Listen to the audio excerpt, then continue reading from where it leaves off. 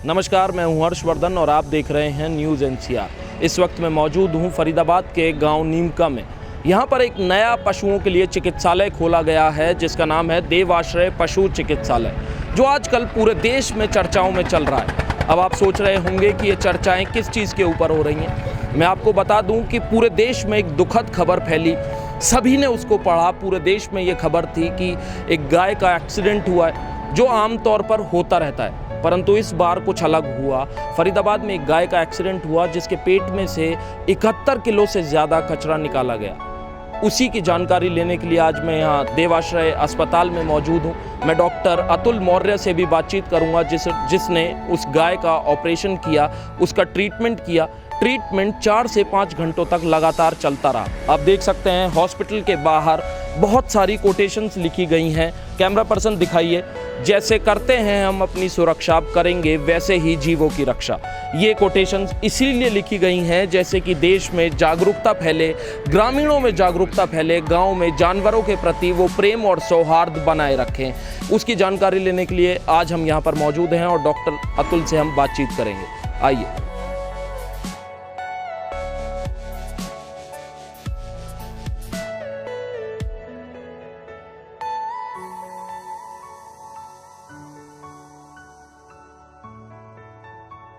अभी इस वक्त हमारे साथ मौजूद हैं डॉक्टर अतुल मौर्य जी। मैं इनसे बातचीत करूंगा कि गाय के ऑपरेशन के वक्त इनको किस तरीके की कठिनाइयों का सामना करना पड़ा था और क्या चैलेंजेस इनको फेस करने पड़े। सर, आपका चैनल में हार्दिक स्वागत है। धन्यवाद जी। अतुल जी, जब ये आपके सामने केस आया गाय का, तो क्या मसला था वो पूरा आप एक बार विस्तार से बताएं। जब वो गाय आई थी सर, उस टाइम पे एक्सीडेंटल केस था वो। जी। कार से एक्सीडेंट हुआ था, 1-2 दिन पड़ी रही या कैसे भी किसी ने देखा, कॉल किया, एम्बुलेंस लेके आई उसको यहाँ पे।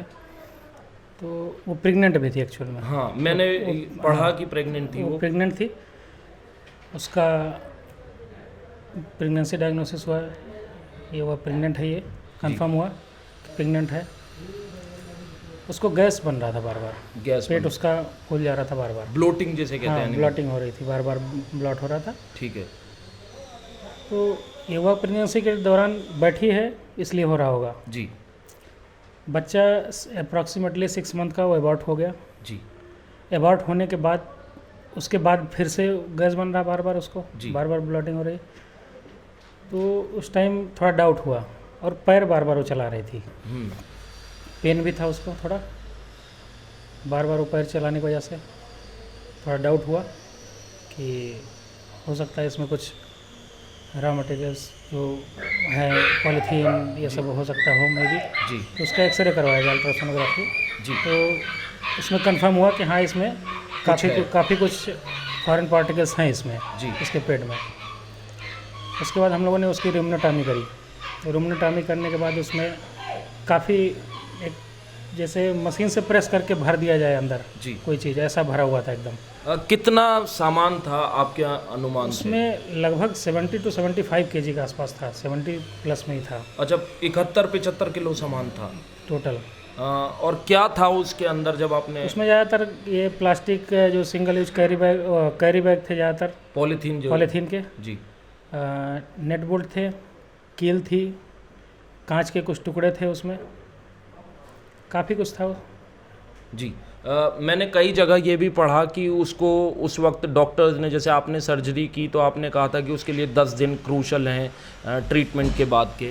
तो जी हाँ, क्योंकि वो एक चैलेंजिंग हो जाता है। काफ़ी दिन, 1-2 दिन वो पड़ी रही, फिर उसके बाद एक्सीडेंटल भी बच्चा भी था, वो भी अबॉर्ट हुआ। वो 3-4 दिन तक ये प्रोसेस चला सब। फिर उसके बाद उसकी रूमेटोमी की गई। जी। तो रूमेटोमी करने के बाद इतना ढेर सारा उसमें पॉलीथीन और ये सब निकला, तो कंडीशन उसकी काफ़ी क्रिटिकल थी। इसलिए बोला गया कि हाँ, अगर अगले 10 दिन, हफ्ते 10 दिन तक अगर हो गई तो हो जाएगा सक्सेस। जी। और वो कितने दिन जीवित रह पाई? सर्जरी के बाद लगभग 4 दिन तक जीवित थी वो। 4 दिन तक जीवित थी। तो ये बड़ा दुखद है कि देश में एक तरफ गाय को माँ का दर्जा दिया जा रहा है और सब लोग पूजा भी कर रहे हैं, और उसके बाद भी गाय आपको सड़क पे कम होती नज़र नहीं आ रही हैं। तो आपका इस बारे में क्या कहना है, क्योंकि आप डॉक्टर हैं, आपके पास ऐसे केसेस आते रहते हैं, तो आप इस बारे में क्या सोचते हैं? सर यही है कि जब तक वो दूध देती है तब तक लोग रखते हैं, जी। दूध देना बंद की, यही करवाया या नेचुरल इंसेमिनेशन नेचुरल वो किया, नहीं हुई प्रेग्नेंट उसको छोड़ देते हैं जी। क्योंकि वो किसी काम की नहीं रही, उनके छोड़ दिया और रोड पे घूमती है। हम लोग क्या करते हैं, छिलका है चाहे वो फल का हो सब्जी का हो कुछ भी हो, पॉलीथीन में डाला या कोई बचा हुआ खाना है पॉलीथीन में डाल के बाहर डाल दिया कूड़े के ढेर में। वो अक्सर भूखी प्यासी होती है तो वो उसी के तलाश में वहीं पर पहुँचती है। वो उसको खाने के चक्कर में ही पॉलीथीन भी खाती हैं। वहाँ पे कोई और भी पार्टिकल्स हैं, कांच के टुकड़े हैं, चूड़ियाँ हैं, कुछ भी रही तो वो भी खा जाती हैं वो। जी। तो ये हमारी नादानी रहती है कि हमारा जो वेस्ट मटेरियल है हम उसको ढंग से डिस्पोज नहीं कर पा रहे हैं और उसकी वजह से इनको ये नुकसान भोगना पड़ रहा है।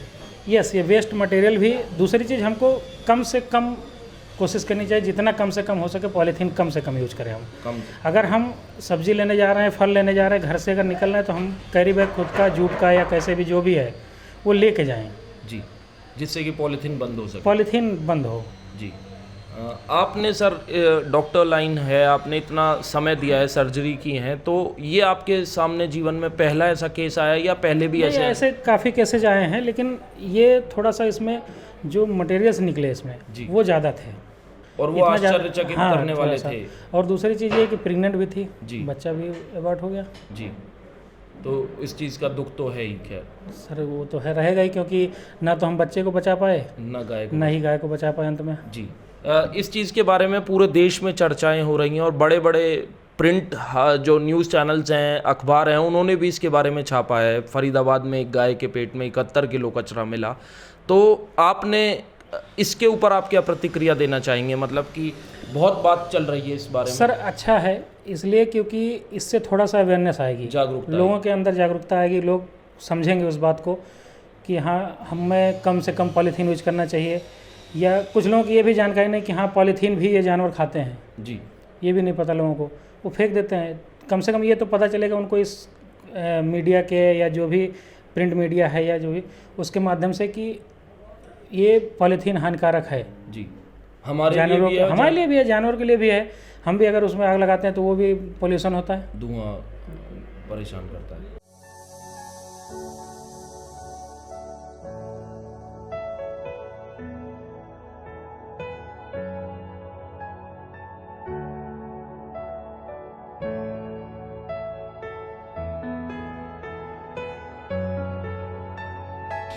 हमारे साथ इस वक्त मौजूद हैं रवि दुबे जी, जिनकी फरीदाबाद शहर में पीपल फॉर एनिमल्स करके एक ऑर्गेनाइजेशन है जो फरीदाबाद क्षेत्र में कई वर्षों से कार्यरत है। हम इनसे जानेंगे, बातचीत करेंगे आगे के बारे में। सर आपका हार्दिक स्वागत है चैनल में। धन्यवाद। रवि जी, ये जो आपके सामने केस आया इस बार गाय का जिसकी डेथ हो गई है, वो केस आपके लिए पहली बार ऐसा हुआ है या इससे पहले भी आपको ऐसे केसेस देखने को मिलते हैं? देखो, जब केस रिपोर्ट होता है जब की बात है जी, आए दिन हम रेस्क्यू करते हैं इंजर्ड एंड सिक एनिमल्स को जी। जब देखा उस गाय में पेट में अफारा बना, गैस बनी, उसकी जान बचाने के लिए हमें सर्जरी करनी पड़ी। और जब सर्जरी करी तो हमने देखा कील, प्लास्टिक, कंचे, कांच सब कुछ उससे निकला। 70 से 71 किलो उसमें से कूड़ा निकला जी, जिसके लिए हम खुद जिम्मेदार हैं। हम अपने सामान लाते हैं, पैकिंग में पॉलीथीन यूज़ करते हैं और वो फेंक देते हैं और उसे गाय खाती है और उनके लिए मौत का कारण बनता है जी। आपके सामने सर ये जो आपने ऑर्गेनाइजेशन अब यहाँ पर शिफ्ट की है नीमका में, इसको कितना समय हो गया और यहाँ पर कितने रेस्क्यूड एनिमल्स हैं आपके पास? हम अब इस वक्त शेल्टर शिफ्ट किया है और नाम दिया है देवाश्रय एनिमल हॉस्पिटल। ये हमारा जॉइंट वेंचर है सर्वोदय हॉस्पिटल के साथ जी, और हमारी संस्था पीपल फॉर एनिमल ट्रस्ट। लगभग हमें 1 महीना हुआ है और अभी हमारे पास एट अ टाइम अभी 120 एनिमल हैं अंडर ट्रीटमेंट। और जो बाहर जिनके पास प्राइवेट एनिमल्स हैं वो भी आपके पास ट्रीटमेंट के लिए ला सकते हैं? हमारी सुविधा 24 घंटे उपलब्ध है। किसी को कोई भी पशु से रिलेटेड कोई समस्या है हमारे अस्पताल में लाए, हम उसे ट्रीटमेंट देंगे जी। सर जैसे कि गवर्नमेंट आपको एड करती है या नहीं करती इन कामों के लिए? हमें सारा सपोर्ट पब्लिक से मिलता है, गवर्नमेंट से कोई सपोर्ट नहीं है। कोई सपोर्ट नहीं है। सर हमारे पास कई दर्शक आते हैं, कई लोग पूछते भी हैं हमसे कि स्ट्रे एनिमल जिनकी डेथ हो जाती है सड़कों पर, उनके लिए आपके ऑर्गेनाइजेशन क्या काम करती है? क्योंकि लोगों के मन में बड़ी जिज्ञासा है इस बारे में जानने के लिए कि हाउ टू डिस्पोज देम, उनको कैसे किया जाए। ऐसा है, हमारे घर के आसपास कोई खाली प्लॉट है, कोई छोटा एनिमल है या बड़ा एनिमल है, हम गड्ढा खोद के उसमें नमक डाल के उसको डिस्पोज ऑफ कर सकते हैं जी। यदि हमारे पास कोई जगह अवेलेबल नहीं है तो नगर निगम को अप्रोच कर सकते हैं। नगर निगम के डिपार्टमेंट है MOH डिपार्टमेंट, जो कि डेड एनिमल्स को रिमूवल की जिम्मेदारी उनकी होती है। सर, आप जैसे कि बता रहे हैं कि ट्रीटमेंट हो रहा है एनिमल्स का, और देश में, पूरे देश में एक मुहिम चलाई गई है कि गाय माता है और गाय की पूजा की जा रही है, फिर भी आए दिन ऐसे केसेस हमारे सामने आ रहे हैं कि गाय कूड़ा खा रही है, मर भी रहे हैं और गौरक्षक फिर भी बचा रहे हैं, लिंचिंग भी हो रही है गौरक्षक के नाम पे, गौरक्षा के नाम पे। तो आपका इस बारे में क्या कहना है? देखो, हम लोगों को जागरूक होना पड़ेगा।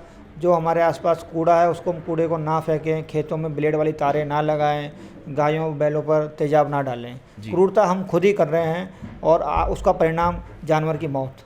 जी, आपने जैसा बताया कि तेजाब डालना ऐसा भी होता है जानवरों के साथ, काफ़ी कॉमन है जी। हमारे पास महीने में 2-3 केस तेजाब वाले, एसिड वाले, गर्म पानी डाल दिया आते हैं। जी, बहुत बहुत धन्यवाद।